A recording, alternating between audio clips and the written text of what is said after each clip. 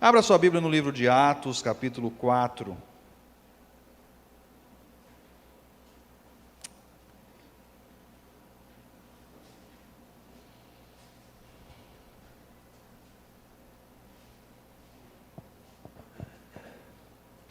Atos 4, verso 29, diz assim: Agora, pois, ó Senhor, olha para as suas ameaças e concede aos teus servos que falem com toda ousadia a tua palavra, enquanto estendes a tua mão para curar e para que se façam sinais e prodígios pelo nome do teu santo Filho Jesus. E tendo orado, moveu-se o lugar em que estavam reunidos, e todos foram cheios do Espírito Santo, e anunciavam com ousadia a palavra de Deus. Vamos mais uma vez orar. Senhor, nos dá entendimento da Tua palavra nessa noite, aquilo que o Senhor quer nos dizer, que o Senhor quer nos transmitir, que ela possa ter impacto em nossas vidas. Oramos assim, em nome de Jesus. Amém. Irmãos, o DNA é uma molécula que está em nosso organismo e que carrega todas as suas características. Tudo. Então, tudo que você pode entender de Lucas Ferreira em termos de físico, né, porque ele tem esse olho verde, ele tem essa barriguinha aqui, esse tamanho, essa cor, está no DNA. Está lá, no DNA. Alguns, muitos estudos aí, possibilidades de alteração de DNA, essas coisas. A gente até mencionei esses dias, sobre aquela série Manifesto que eu estou assistindo, e as pessoas que vivenciaram aquele experimento no avião, tiveram uma marca específica no seu DNA, uma marca específica ali no DNA, diferente das outras pessoas. O fato é que o DNA revela aquilo que somos, assim como a digital. Digital é única, não existe duas digitais iguais, nem os gêmeos as digitais são iguais. Você é aquela sua marca, de uma digital. E eu fico pensando, por exemplo, se a gente pudesse ver a igreja de Cristo, nós enquanto a igreja, que marca que nós poderíamos olhar, se tivesse que passar por um exame muito minucioso, espiritualmente falando, da igreja do Senhor. Nós temos falado aos últimos desses 4 domingos, várias características de ser cheios do Espírito Santo. E hoje eu queria falar com os irmãos, falar para nós, que uma igreja cheia do Espírito Santo é uma igreja cheia de ousadia. Ousadia. Paulo vai dizer que Deus não nos deu espírito de covardia, mas de ousadia. Quando a ousadia ela é presente, não há medo, não há covardia, não há timidez. Não há timidez. Interessante, eu e a Agatha, eu também gosto de assistir muito uma série chamada Big Bang Theory. A gente se diverte assistindo aquilo ali. E ali é uma série que fala dos nerds e o mundo geek, e como que eles têm dificuldades no relacionamento social, relacionamento com as pessoas, mas como são extremamente inteligentes, como são espetacularmente inteligentes. E de fato é assim, Eu tenho agora envolvido diretamente no mundo de tecnologia, no mundo de TI, a galera que está envolvida com TI é extremamente técnica, extremamente inteligente, eles podem codificar situações assim, em questões de horas, mas nos relacionamentos humanos são terríveis. Quando eu falo terríveis, não leva para o lado negativo. Não conseguem lidar com as pessoas, são fechados, são introvertidos, são pessoas assim mais reservadas, mais quietinhas, Foram muito provavelmente aquelas pessoas, que sofreram bullying na escola. Inclusive o Bill Gates, depois você procura aí, é muito legal que o Bill Gates, foi convidado uma ocasião para falar numa formatura, e o Bill Gates é um nerd, né? O fundador da Microsoft, criador praticamente da internet, né? E uma vez ele falando alguns conselhos, né, para quem estava indo para a faculdade, e ele disse bem assim: seja bonzinho com os nerds, porque amanhã eles serão chefe de vocês, né? Os valentões, né?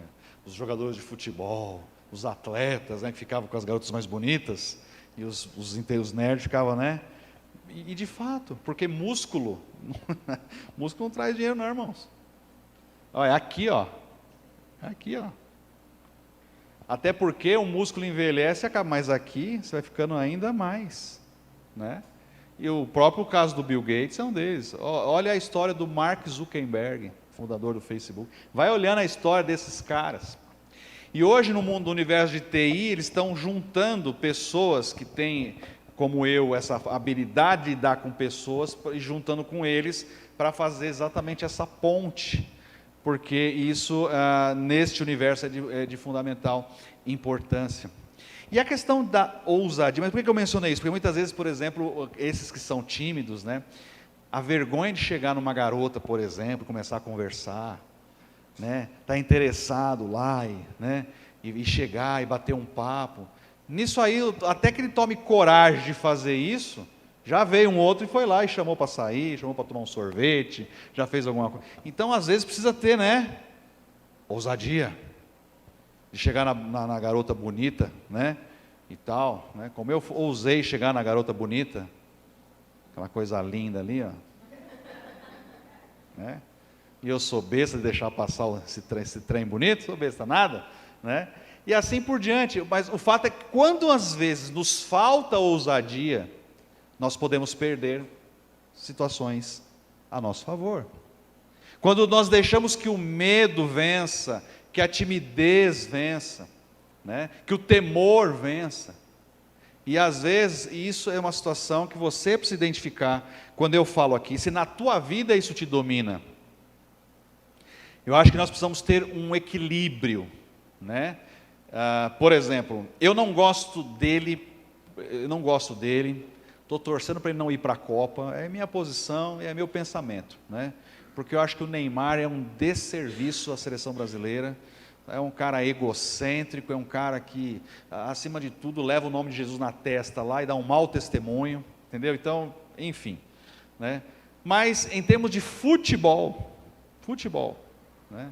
Agora falando tecnicamente de futebol, é um cara ousado, é um cara que quando pega a bola, não fica toca para lá, toca para cá, toca para trás, ele vai para cima, ele dribla, ele não tem medo de driblar, às vezes ele extrapola na ousadia, é uma coisa que a gente precisa, né, ele humilha, é esse lado que eu não gosto, que eu acho que, né, ele finge a dor, pancada, tanto é que eles riem de nós lá fora por causa dele, o brasileiro é dissimulado por causa dele, vocês viram a última Copa que foi, né?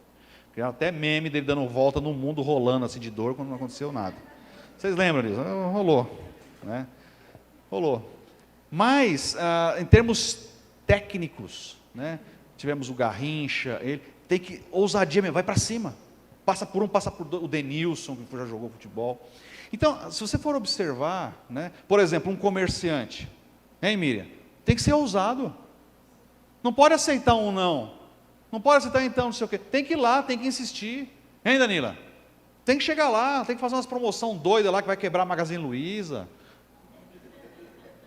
Olha eu causando contenda entre os irmãos, no meio do sermão. Mas eu acabei de fazer propaganda de graça aqui, você me deve um café. Precisa ter ousadia. Precisa ter ousadia. Como, por exemplo, a Agatha mesmo teve... Falei, você está aí ainda, né? Vai lá. Primeiro que a reunião era ela podia participar online. Ela falou, não, eu vou lá. Eu falei, pode ir. Esse tipo de reunião você tem que estar presente. Aí segundo, o que você acha? Eu falei, vai, você está aí. Seja ousada. Então, irmãos, você vai perceber que na nossa vida, em muitos aspectos, a falta de ousadia pode nos custar algumas coisas. Pode nos custar. Como da mesma forma, a presença dela pode nos trazer ganhos. ganhos significativos, não só no contexto cristão, estou falando da vida pessoal mesmo, carreira, e uma série de outras coisas. Agora, na igreja de Cristo, eu não consigo ver uma igreja que se diz cheia do Espírito Santo e não manifestar ousadia. E quando eu digo igreja, não é aqui, hoje o culto foi ousado, o louvor estava completo, o pastor levou aquela palavra lá para o louvor. Não é disso que eu estou falando, não. Para com isso. Estou falando como igreja, ser ousado mesmo. Por exemplo, você é pai de criança aí, seu filho está chorando, você levantar as mãos na direção dele e orar, e em nome de Jesus, cesse agora o mal nessa criança. Com autoridade. Você entender que de repente você está lá em casa, começou um quebra-pau lá na sua casa, do nada. Já não teve essa experiência? Estava tudo em paz, de repente começa a briga de mãe com o filho lá, ou briga entre marido e mulher, ou briga entre irmãos, e a paz vai embora assim, numa velocidade, e você acha que isso não é coisa de Satanás? Você acha que não é coisa do diabo ali que pegou um que não estava vigiando, e é nesse momento que tem que ter a ousadia, a autoridade, e vai para o seu canto, Senhor, em nome de Jesus, não sei o que está acontecendo agora, mas visita lá agora, e repreenda esse mal da vida da minha casa agora, em nome de Jesus. Seu parente lá está com frieza espiritual, está na hora de ter a ousadia de estender a mão lá, começa a levantar na madrugada, começa a orar e abençoar ele. Meu pai fazia isso pela gente, toda madrugada. Até que uma madrugada eu levantei para ir no banheiro, quando eu abro a porta, ele lá assim, eu fiz assim.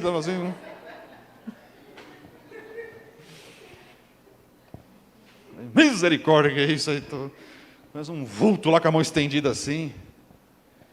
E eu não tenho dúvida que eu e meu irmão somos homens abençoados, e a nossa família é porque estamos debaixo de oração ininterrupta dos nossos pais. E meu pai sempre foi uma pessoa assim. E me trouxe essa herança, e hoje toda noite, antes de dormir, eu vou lá e oro pela Sofia, ou eu vou no quarto dela, ou ela vem comigo, mas ela não vai dormir sem a minha oração e a minha bênção. Não vai. Lembro uma vez, já contei aqui essa história, a Sofia pequenininha, recém-nascida, não tinha acho que 1 ano ou 2, e mãe, principalmente, mãe sabe todos os choros da criança, choro de fome, choro de dor, choro de manha, choro de sono, cada coisa tem um choro diferente, não tem ou não tem? Tem, e mãe sabe, e não precisa nem olhar no Google, está lá na cartilha dela, a gente sabe. Nós fomos visitar, não fomos visitar ninguém, eu recebi um presente de uma pessoa, de chá de nascimento da Sofia lá. E é uma pessoa envolvida numa dessas religiões aí, que eu não vou mencionar o nome, porque já estão matando a esposa do presidente, porque falou uma verdade lá. E aí, e é engraçado, né? A gente não percebe como é que o mundo está caminhando. A verdade agora não pode mais ser dita, porque você está atacando. Você não pode mais dizer a verdade de coisas. É atacar a liberdade. Olha só, irmão, ninguém está atacando a liberdade, nós estamos falando verdades. Mas eu vou falar essa verdade aqui. E a pessoa que deu esse presente, bate tambor lá, tal, não sei o que, né? Mas era parente. Eu não ia falar, não, eu não vou ser indelicado. Vem. E é uma coisa que eu aprendi com meu pai, a gente ora, a gente consagra, tudo que a gente recebe, a gente consagra ao Senhor. Só que tem coisas que não pode consagrar, tem coisas que... E aí aconteceu...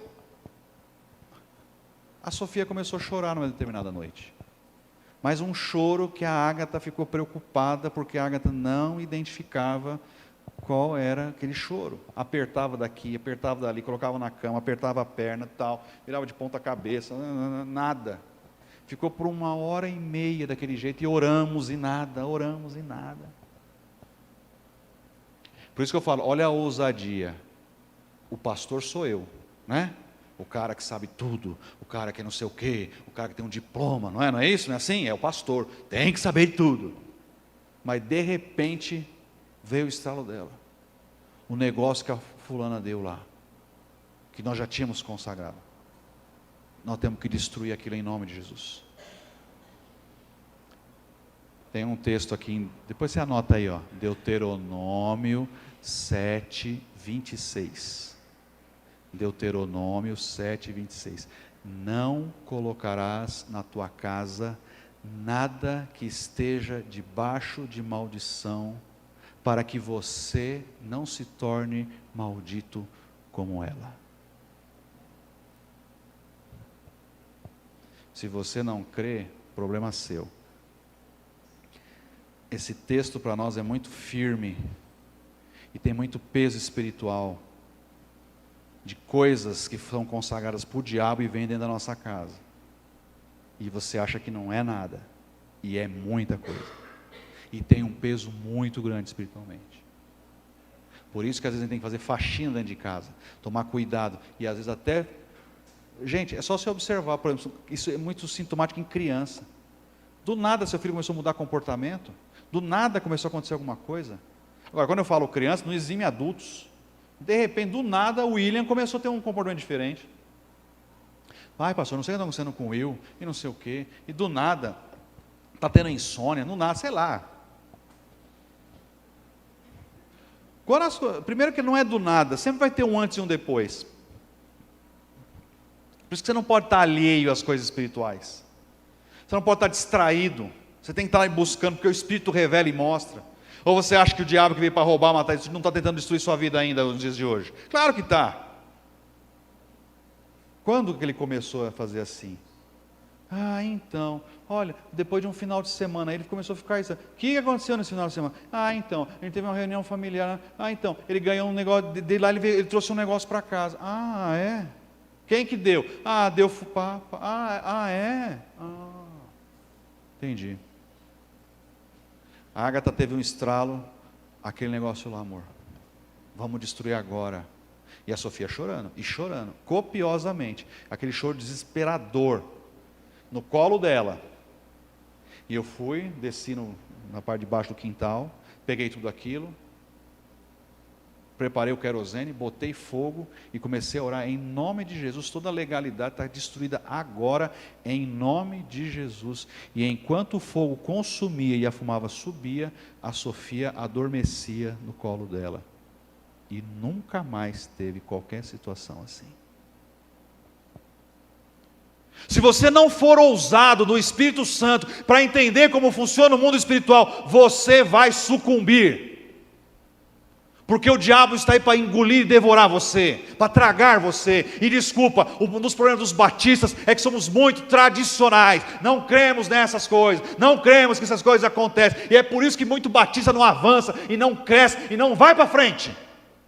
Que já prega numa caixinha de doutrina, e não abre, não expande a visão espiritual para as coisas do reino que de fato acontecem.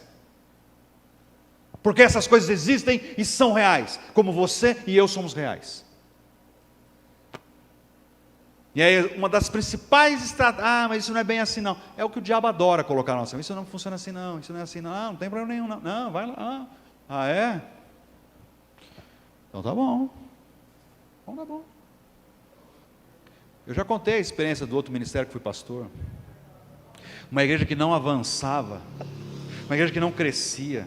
Depois descobrimos que é uma igreja que andava em rebelião. Todos os pastores que me antecederam foram expulsos da igreja em gesto de rebelião. Só foi a igreja pedir perdão para todos aqueles pastores, a igreja avançou. Conseguimos vender um terreno, compramos um terreno do lado. Quando eu saí de lá, a igreja estava com 1.300 metros de área comprada. 240 membros quando eu saí de lá. Cheguei lá, estava com 120 membros, em 10 anos que eu fiquei lá. E praticamente deu um boom depois que o Senhor curou e libertou a igreja de pecados que estavam lá. E você acha que as coisas não são reais? Mas você tem que ter ousadia para confrontar muitas vezes a sua vida, a sua história. Ser cheio do Espírito Santo. Tem muito crente que está com a vida assim, abarrotada de problema. Por quê? Porque não olha para trás e não resolve o que passou. Não, mas não é bem assim não. Não, pastor. Não é? Cheios de amarras, ao invés de correr, não, são crentes que andam arrastados. Por quê? Porque falta ousadia do Espírito. Porque, olha irmãos, quem é que nos convence do pecado, da justiça e do juízo? Quem? O Espírito Santo. Quem é que vai nos andar em vitória? O Espírito Santo. Quem é que quem é que Jesus falou que mandaria para nos direcionar o caminho? O Espírito Santo. E se eu estou buscando ser cheio do Espírito Santo, Ele não vai mostrar coisas em nós que impedem? Só que muitas vezes mudanças que temos que fazer requer ousadia. Requer mexer em coisas que você não quer mexer. E é onde andamos em derrota. Não pode haver Espírito Santo e um crente cheio, se não houver ousadia. Precisamos ser ousados. Paulo andava pelas ruas lá de Éfeso e tinha lá uma menina que era ousada para fazer adivinhação. Ele virou para ela e falou, lá do lado da rua, filha do diabo. E virou bem e falou assim, com ousadia. Pelo amor de Deus, tá? Eu estou chamando de Paulo. Não vai chamar o outro lá da rua de filho do diabo, não. Não, daqui a pouco vamos pegar esse vídeo. Lá o pastor da Batista ensinando a chamar os outros de filho do diabo. Eu quebro o cajado na sua cabeça. Você tá... Viu, Flávio? O senhor é um menino muito obediente. Nada de chamar os outros. Isso, Flavinho, isso aí. Mas você entendeu o que eu quero dizer? Você tem uma pessoa lá do seu trabalho que está reclamando, está murmurando, está não sei o que com a vida, está não sei o que, e você está lá só ouvindo. Que triste, né? Deixa de ser covarde, deixa de ser frouxo. Chega para ele e fala assim: você tem um problema. Enquanto você não entregar a sua vida para Jesus, nada vai mudar. Porque a minha vida era assim. E quando eu entreguei minha vida para Jesus, a minha vida mudou. Ou você acha que esse lenga-lenga Deus permite do seu lado para quê? Para empurrar sua cera para dentro? Não, é para você fazer alguma coisa. É para você anunciar, para você ligar o farol da luz de Jesus na vida naquela direção. A pessoa está perdida. A pessoa está andando em trevas. Eu vou orar por você. Vem cá no cantinho, vem cá. Posso orar por você? Vem cá. Aqui acabamos de ler um texto que eles oraram e aconteceu o quê? O lugar tremeu. O problema é que a gente está orando, não está curando nem gripe, né, irmãos? Por quê? Por que a gente ora e as coisas não acontecem mais? Será que esse poder era só para a igreja de Atos? Não. Não era não. Eu já vou contar de novo a experiência para vocês, já contei aqui. E eu não falo de mim, eu sou uma pessoa estudada, eu tenho faculdade, pós-graduação. Eu não quero falar disso, porque você pode achar que estudo e títulos dão poder. Não, eu vou falar do meu pai, que vocês conheceram, 80 anos, uma pessoa iletrada, uma pessoa semi-analfabeta, mas uma pessoa que desde que se converteu, e a experiência de conversão dele, ele estava para morrer numa UTI de hospital, para perder um pulmão por causa de cigarro. E ele falou, se esse é o Deus que ouvi falar, que se o Senhor me tirar daqui, e me permitir viver, eu nunca mais vou pôr um cigarro na boca e eu vou servir ao Senhor. E Deus permitiu que ele vivesse, ele cumpriu o voto dele, e se tornou um pregador do Evangelho. E eu fui consagrado num sábado, pastor, no domingo, vizinho onde eu morava, uma pessoa chamou a gente para orar por ela, e eu chamei, vamos lá comigo, pela mãe dela, ora pela minha mãe, pastor. E a mãe dela tinha um problema, eu não sei qual é o problema, talvez ela depois me explique. Ela tinha um buraco aqui assim, que não cicatrizava. Sem brincadeira, irmãos. Ela tirou o curativo para a gente ver e foi tirando o tufo de algodão até acabar o último tufo. Quando você viu o buraco assim, eu consegui ver no ângulo que estava aqui o coração fazendo assim, Você conseguia ver. Eu não sei se ela tinha diabetes, eu não sei, não cicatrizava.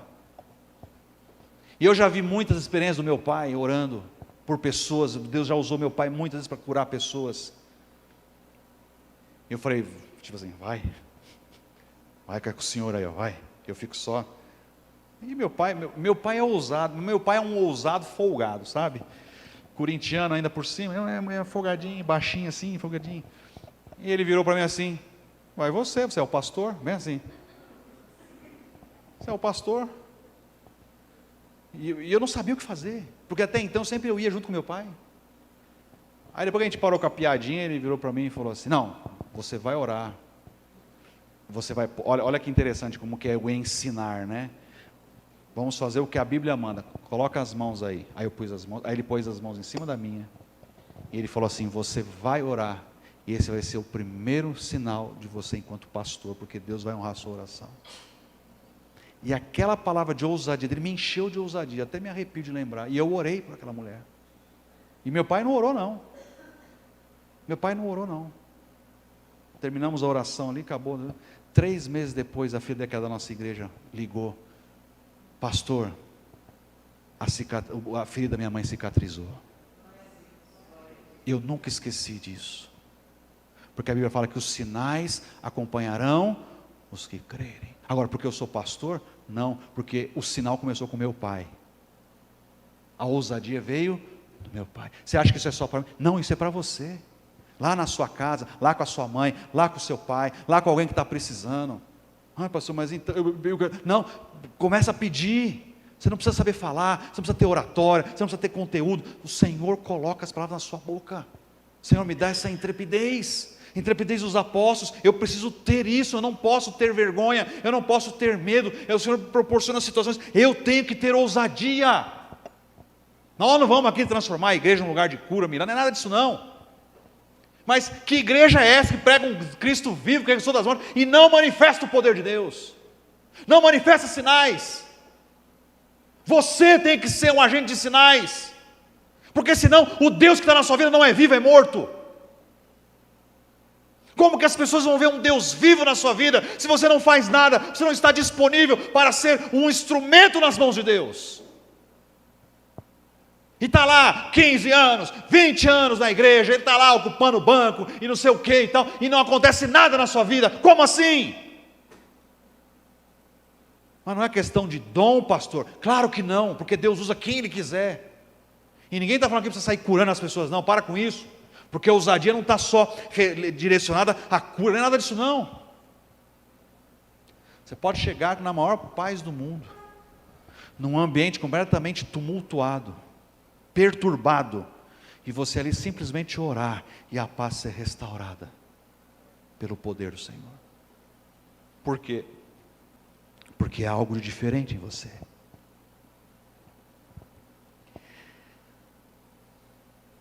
Três palavrinhas que são primas aqui: ousadia, intrepidez, impetuosidade. Tem que andar com a gente, enquanto servos do Senhor. Ousadia, ter a ousadia de arriscar-se com audácia, atrever-se, decidir-se, tornar a decisão de decidir. Veja, ousadia está ligada à tomada de decisão. Não, eu vou lá, eu vou nessa reunião, eu vou orar por ele, eu vou não sei o que, eu vou lá, eu vou. A pessoa está lá oprimida lá, pode ser possessão de... não, eu vou lá, e eu vou orar para aquela pessoa. Pode deixar, deixa comigo. Hoje você vê muito crente fugindo, pulando fora, saindo pelo ladrão assim, ó. Vixe. Conta a história do pastor que foi orar para uma pessoa endemoniada, e naquela luta lá, e o demônio não saía, e os irmãos só olhando assim, né, olhando assim, e o pastor: eu vou contar até 3, não vai sair no 2, no 3, então saio eu. E o pastor foi embora, e largou a pessoa endemoniada lá. Escuta, como assim? Falta de poder, falta de ousadia. Impetuoso, que tem ímpeto, que se move com rapidez, com violência, que revela em seu comportamento ardor, arrebatado, fogoso, que age sob o impulso do momento. E aqui entenda que não é o seu impulso, não é o seu momento, é pelo Espírito Santo. Mais ou menos eu consigo ver Pedro. Você consegue Pedro naquela porta formosa, olhando aquele aleijado ali? Para e pensa, não tem questões de segundos para ele pensar, não tem WhatsApp, não tem, o que a gente faz agora? Coloca lá no grupo lá, nós estamos com a situação aqui de um aleijado pedindo esmola, ele não tem dinheiro. Então, Pedro não teve esse tempo. Pedro teve de uma impetuosidade ali, olhou para aquele homem e falou assim: eu não tenho ouro e não tenho prata, mas o que eu tenho eu te dou. O que ele tinha? Nada. Ele tinha apenas ser instrumento do Espírito Santo. Em nome de Jesus Cristo, levanta e anda. E aquele aleijado andou. A impetuosidade dele, de entender que o Espírito estava movendo, é aqui e é agora. Às vezes vai encontrar com uma pessoa que você tem que dar, é ali e é agora, é naquele momento. Dá um abraço, dá uma palavra, conversa com aquela pessoa. É aqui e é agora, naquele momento. Tem que ter impetuosidade. Mas nós estamos parados vendo TikTok, vendo YouTube, vendo TV, né, correndo para cima e para baixo.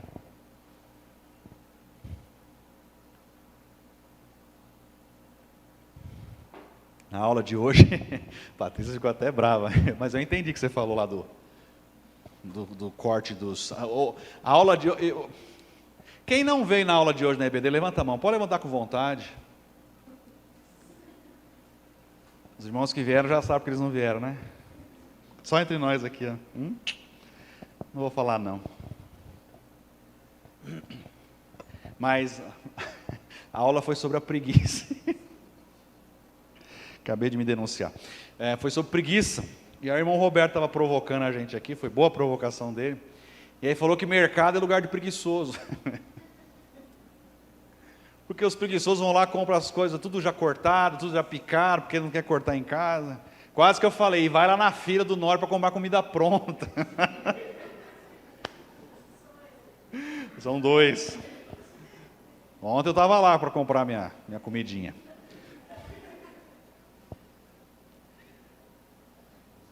Mas não é por preguiça não, porque o negócio de cozinhar não é comigo, então eu não tenho vergonha de dizer, né? E a patroa estava fazendo o curso. Mas em cima do que a Patrícia colocou, e aí a Patrícia levantou a mão, né, na aula, falou, não, em minha defesa eu compro, não é porque eu sou preguiçosa não, porque eu gosto de gastar meu tempo, é prática, né? Mas a sua fala me trouxe uma reflexão, que hoje nós administramos tão mal o nosso tempo, e permitirmos ser enrejado ali por outras coisas banais. Ora, irmãos, olha no seu celular, quanto tempo por semana você fica no TikTok, YouTube, rede social? Que de repente essas coisas, quando nos roubam, são os sabotadores do nosso tempo. Quando você foi ver, você deixou coisas importantes para fazer e não faz. Aí você vai correr para fazer as coisas importantes. Aí quando você vai ver, não tem tempo para as coisas de Deus. Inclusive foi, né, até a provocação da Patrícia na aula, que a gente deveria... Eu gostei do que você falou. A preguiça de buscar Deus. A preguiça de ler, a preguiça de vir à igreja, de vir à escola bíblica, de vir no culto da noite. É verdade. É verdade. Né? Até quando nós vamos dar desculpas a Deus? Sabe, irmãos, eu tenho orado muito para o temor do Senhor descer sobre a igreja. Fico imaginando no dia do juízo, né, se Deus vai chegar. Lucas Ferreira, aí vem lá o Lucas, aí abre um caderno, um livro, né? Então fala aí, Lucas, por que você não ia na escola bíblica? Ah, então, sabe o que é, Senhor? Então, mas a igreja era longe. Ah, o pastor dava umas aulas terríveis. E eu fico imaginando Jesus, Ah, então, você não... Eu te abençoei tantas vezes, aqui tem, você ficou empregado por 45 anos e tantos meses, eu deixei você com um emprego de renda, e desse você nunca dizimou, por quê? Ah, então, sabe o que é? Até quando a gente vai achar que as nossas desculpas vão fazer algum sentido? Que as nossas prioridades, né? E hoje na aula ficou muito claro isso, né? Teve um irmão até que, um ex-preguiçoso, achei mó barato. O legal da EBD é isso, irmão, você aprende muito. Eu gostaria muito que a igreja tivesse esse número na EBD, para você aprender, crescer. Ele levantou bem assim, eu sou um ex-preguiçoso. E compartilhou mesmo as coisas lá, né? Como se fosse um ex-viciado. Participou do Preguiçosos Anônimos. E contou mesmo, e foi compartilhando tal, o que ele fazia, como fazia. E era muito interessante que a fala dele era eu não queria, eu. E de fato, essa questão da preguiça está ligada ao eu. Eu não vou de manhã por causa disso, né? Eu. É o eu. Nós já vimos isso na questão do orgulho. Eu, né? Enquanto o seu eu não for crucificado, né? O pastor é tão repetitivo. Sabe por que eu sou repetitivo? Porque eu tenho um medo tão grande do arrebatamento acontecer e a gente não subir.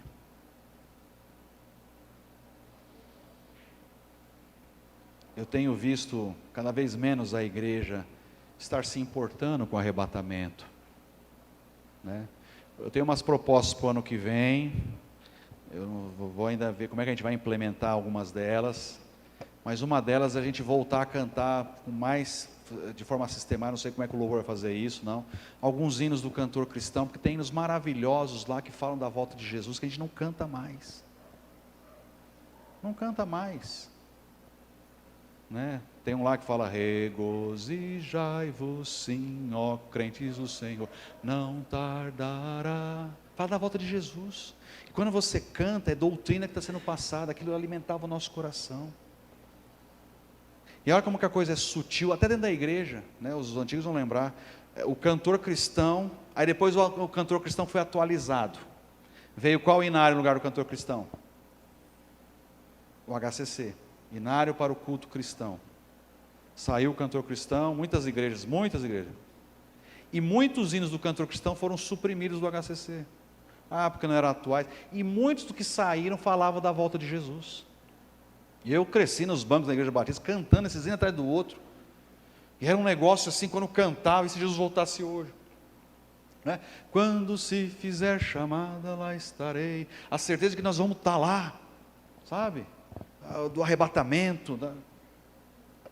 Então eu quero, mas eu falo essas coisas, irmãos, porque essas coisas que, Deus sabe todas as coisas, que não sei o quê.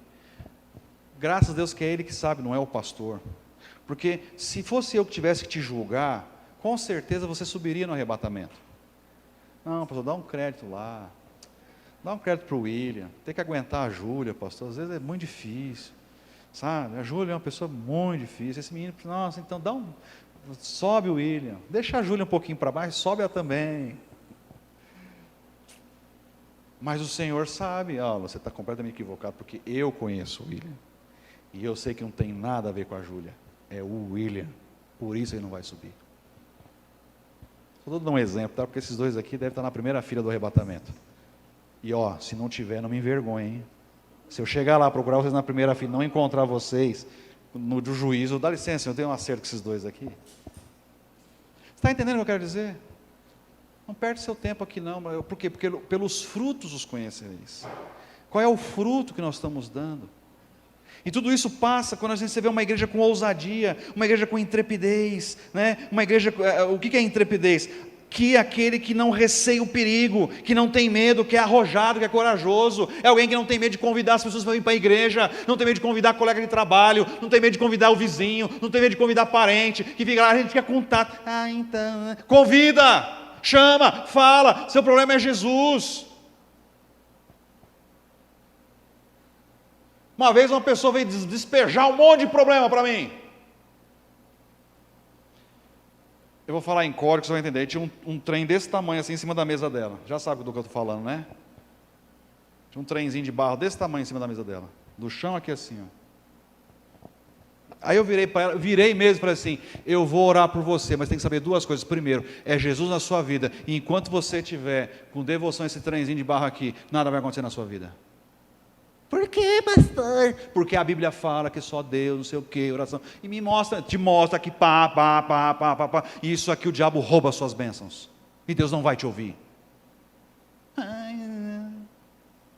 Não largou. Mas eu falei. E não me calei. Pelo menos aquela alma Deus não vai me cobrar.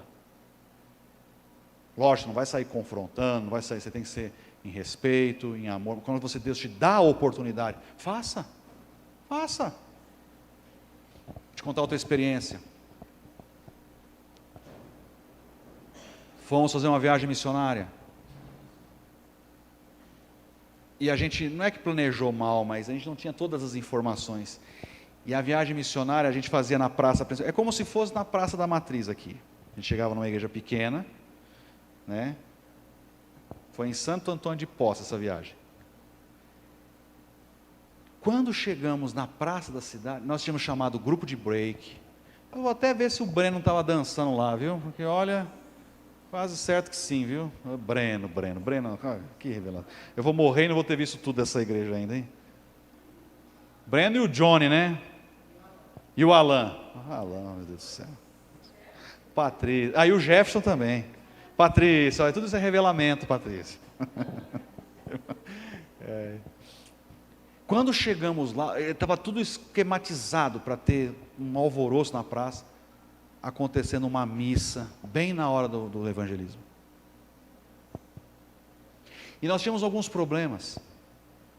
Depois das 9, ou depois das 10 horas, não podia acontecer nada na praça, um negócio deles lá, a polícia vinha, mandava. E o negócio já ia atrasar, porque eu virei e falei, não vou provocar eles. Não vou fazer barulho aqui, já viu música de break, essas coisas, é um estardalhaço. E para piorar, do lado da igreja, o salão paroquial, ia ter bingo. Falei, Jesus. Se você não tem intrepidez e ousadia diante de um desafio desse, você se acovarda. O que você faz numa ocasião dessa? É onde a vida de um crente tem que ser movida por milagres. Chamei o grupo. Nós tínhamos intercessores. Falou, a situação é essa. Enquanto não acabar a missa, nós não vamos começar aqui. Não viemos provocá-los. Mas nós vamos interceder agora para Deus fazer um milagre. O que eu fui fazer? Peguei o meu sogro, fomos lá para dentro da missa. Nos infiltrar. Sentamos lá. E fiquei lá acompanhando. Em espírito de oração. E a igreja orando lá fora. Acabou a missa. O povo pulou para o salão paroquial. Aí eu virei para ele assim, pode começar. Eu fui lá para o salão paroquial. Ficava só de olho. Fui lá, era bingo, tal, não sei o quê. Aí fui lá, comprei o espetinho, tal, não sei o quê. Irmãos, sem brincadeira nenhuma. O som comendo solto, mas um som pesado, porque tinha equipamento pesado lá. Quando eu passei para dentro do salão paroquial, para pegar meu espetinho, eu já não ouvia mais nada lá fora. Como se o Espírito tivesse feito uma cortina aqui assim, ó. Em que você saía da porta, você ouvia, você chegava para cá, dentro do bingo, você não percebia nada. Eles tiveram lá o momento deles, os crentes não foram lá atrapalhar eles. Nós fizemos o nosso evangelismo na praça, tivemos, eu acho que, se eu não me engano, você lembra quantas pessoas que aceitaram Jesus naquela tarde, na noite? Foram, acho, umas 20 pessoas que aceitaram Jesus aquela noite na praça. Só que, e jovens, muito jovens, porque era uma atividade para jovem ali. Só que tínhamos um problema, a polícia. E de fato, quando foi 10 e pouco, quando era 10 e pouco, não tinha nem começado a palavra ainda, porque a missa acabou, era 9 e pouco, tal. A polícia encostou ali. Peguei meu vice-presidente lá, que era bem articulado, falei, vai lá. E a gente inspira de oração. A polícia chegou, com o giroflex ligado, encostou ali. O meu vice-presidente foi lá conversar com ele. Aí de repente o carro da polícia vem e vai embora. Eu falei, o que aconteceu? Ah, ele perguntou o que estava acontecendo. Eu falei, nós estamos fazendo evangelismo. Ah, beleza, toca aí. E foi embora. Foi embora. E a gente ficou naquela noite, tivemos essa colheita. Ousadia. Quando você tem ousadia, em nome do Senhor, o Senhor age em seu favor. Você começa a colher frutos e sinais de milagres e prodígios. E as coisas acontecem. 20 almas de jovens aceitaram Jesus naquela noite de evangelismo. Para a glória do Senhor. Olha Pedro aqui, lá em Atos capítulo 3, no verso 12. Vendo isso, Pedro lhe disse, israelitas, por que isso os surpreende? Pedro vai falar com ousadia. Por que vocês estão olhando para nós como se tivéssemos feito este homem andar por nosso próprio poder ou piedade? O Deus de Abraão, de Isaac e de Jacó, o Deus dos nossos antepassados, glorificou o seu servo Jesus, a quem vocês entregaram para ser morto e negaram perante Pilatos, embora ele tivesse decidido soltá-lo. Vocês negaram publicamente o santo justo e pediram que ele fosse libertado um assassino. Olha, irmãos, tem ousadia para falar isso na cara dos líderes judeus ali. É a verdade, é a palavra. O que diz a palavra? Conhecereis a verdade vos libertarás. Ah, não, mas como é que ele vai? Irmãos, se o Espírito Santo preparou um momento, você está orando tanto tempo para uma pessoa, está orando, de repente Deus prepara o momento, você vai e se cala? Não, seja ousado, fale, diga, qual é a solução? É Jesus. Você tem que abandonar a sua vida de pecados, mas para isso você tem que estar o quê? Cheio do Espírito Santo. Atos 3, verso 6, Pedro vai dizer assim: não tenho prata, já disse, né, nem ouro, mas o que eu tenho te dou, em nome de Jesus Cristo o Nazareno ande. E é interessante que uma experiência com Deus vai te trazendo outra experiência com Deus, e é como um degrauzinho que você vai subindo, e é como que você fosse, é igual musculação, né? Você começa lá levantando uma carga de 10, e vai de 10, daqui a pouco você está levando de 15, você levanta mais pesado, e Deus vai te dando desafios maiores, experiências maiores, para a sua glória, não para a glória dEle. Para alcançar pessoas que você não vai alcançar, mas Ele vai alcançar através da sua experiência. As pessoas vão parar e vão ouvir você. Não tenho dúvida, como é que chama seu sobrinho? Vitor Hugo. Se tem uma classe mais cética, é a classe médica. E eu diria que cética até por vocação, porque um médico não pode expressar esperança e fé a um paciente. Por mais que o médico creia ali, ele não pode, tem a fé que vai dar certo. O médico não pode falar isso. Um médico, ele até é obrigado a ser o mais pessimista possível, para livrar a barra dele. Porque se ele der alguma coisa, ontem você estava falando que estava tudo bem, hoje ele morreu, sobra para o médico. Então, por isso que você vai ver médico frio, médico, né, muito racional, em situações assim. E aí já junta mesmo a classe médica que está enfiada na ciência, que não crê em milagre, não crê em religião, não crê em nada disso. E que na verdade via a questão do Vitor como uma questão, é isso aí. E aí um ano depois você vê o menino falando. Você vê o menino daquele jeito, com uma história de vida dele. Sabe? É o poder de Deus. E eu queria, assim, com todo o amor do mundo, a família, permitam-se ser usados com intrepidez do Espírito, porque o que os irmãos viveram ao longo dessa jornada toda, é algo muito poderoso, é a dor e é o sofrimento sendo levado ao poder de Deus, ao cuidado do Senhor, e são experiências profundas, né, Miriam? Constantes, que de fato estou convosco todos os dias, permito essa ousadia, porque, com certeza, quando pararem para ouvir a história dos irmãos, de dor, de luto, de sofrimento, e verem como os irmãos olham, isso vai quebrar muitas pessoas, isso vai chocar muitas pessoas, né? Isso vai quebrantar muitas resistências, porque é assim que Deus trabalha, é assim que Deus permite o nosso agir, de coisas que acontecem em nosso coração, em nossas vidas. Em Atos 2, 41, olha que primeira experiência dos apóstolos, fruto da ousadia, né? Acontece lá a questão do vento impetuoso, que nós lemos aqui no começo do culto, e aí começa a gozação, porque eles começam a falar em outras línguas, ninguém está entendendo, aí os debochados, né? E como tem gente debochada, né? Eu percebo muito isso, quando eu estou pregando, gente debochada, começa a dar risada, né? É engraçado que as pessoas acham que o pastor não percebe. Eu percebo ovelha desatenta, eu percebo ovelha que não está nem aí, eu percebo gente de fato gozador, debochado. A gente percebe, a gente passa e aprende a ler auditório. A gente percebe quando a pessoa está olhando para cima, quando a pessoa está lá em Ribeirão Preto em vez de estar aqui. A gente sabe. 20 anos já, né? A Deise uma vez compartilhou comigo umas técnicas do marido dela em audiência, né, que eu achei bem interessante. E a gente sabe, a gente conhece. E lá no meio começou acontecendo aquela coisa, e os deboches começaram. Então, tudo embriagado, a essa hora do dia, bando de bêbado. E aí Pedro teve que tomar a palavra. Pedro que negou Jesus. Foi a primeira experiência de Pedro publicamente. Olha, irmãos, não, mas Pedro não ficou assim, não, espera um pouquinho, eu neguei Jesus. Não, eu não sou, vai você. Não, Pedro, com autoridade, traz um sermão. Olha o que aconteceu. Eu digo assim, que com exceção das mensagens de Jesus, foi a pregação mais poderosa do Novo Testamento. Por quê? No verso 2:41, os que aceitaram a mensagem foram batizados, e naquele dia houve um acréscimo de cerca de 3.000 pessoas. Antes disso, Pedro encerra, depois você lê Atos aí, Pedro encerra a sua pregação.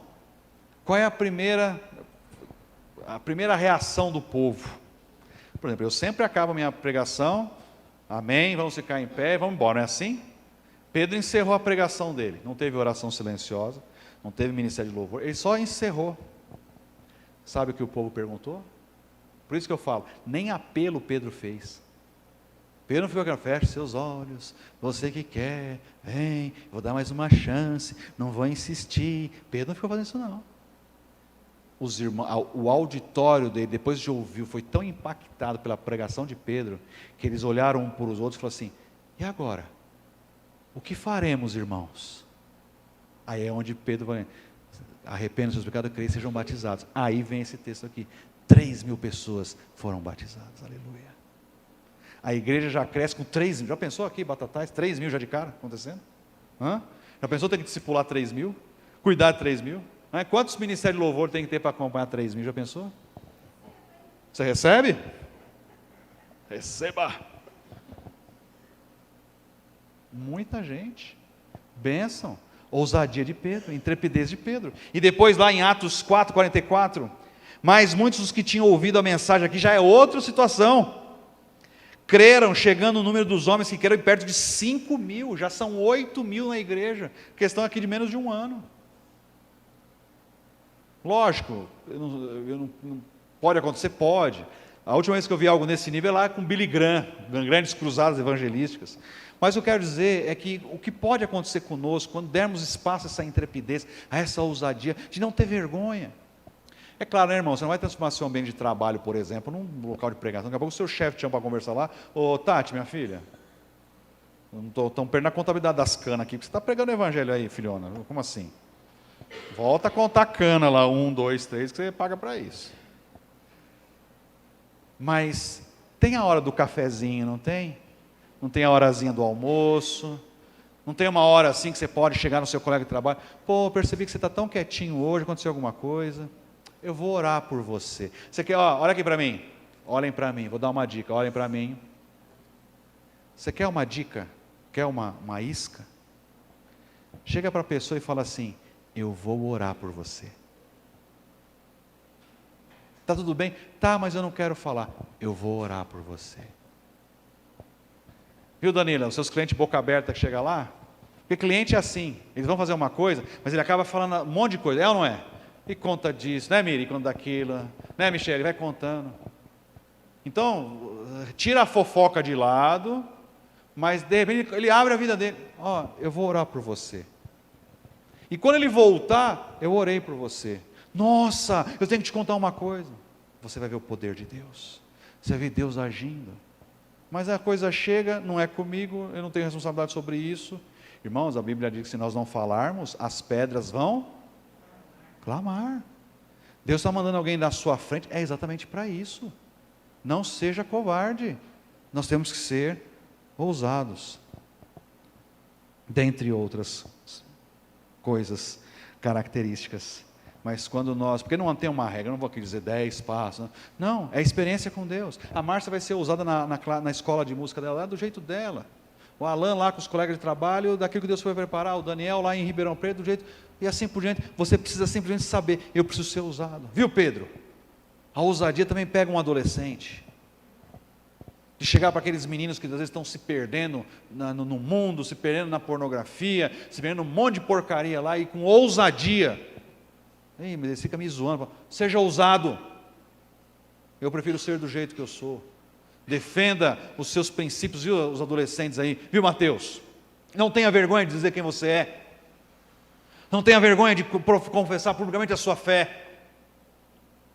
Não, mas as menininhas lá da escola gostam de gente descolada, tal, não sei o quê. Não seja descolado.